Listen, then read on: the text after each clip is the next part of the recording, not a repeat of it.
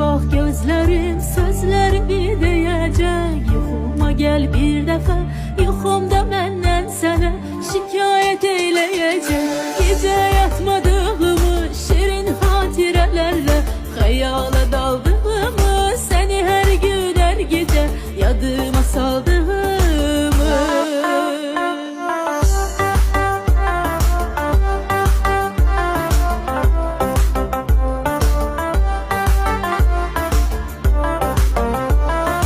Pencereden boylanıp yoluna baktığımı, ayda seni görende bilsene söyleyecek.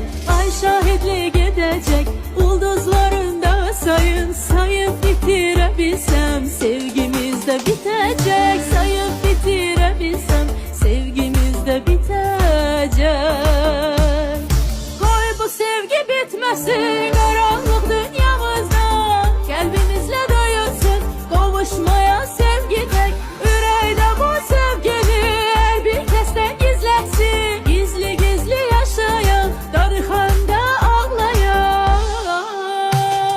Kah güzel kah karışan, sevgiye safir kala, hiç zaman ayrılmaya. Sen yuxusuz gecem sen, gece gündüz benle sen, beni yaşadan sen, sen.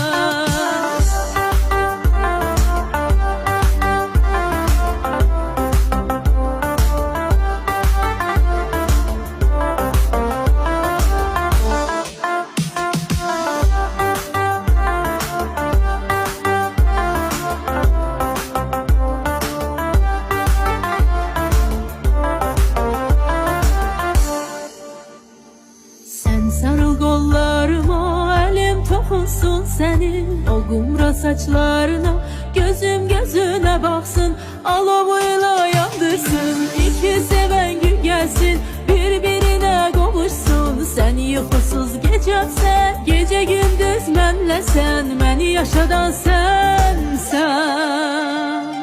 Koy bu sevgi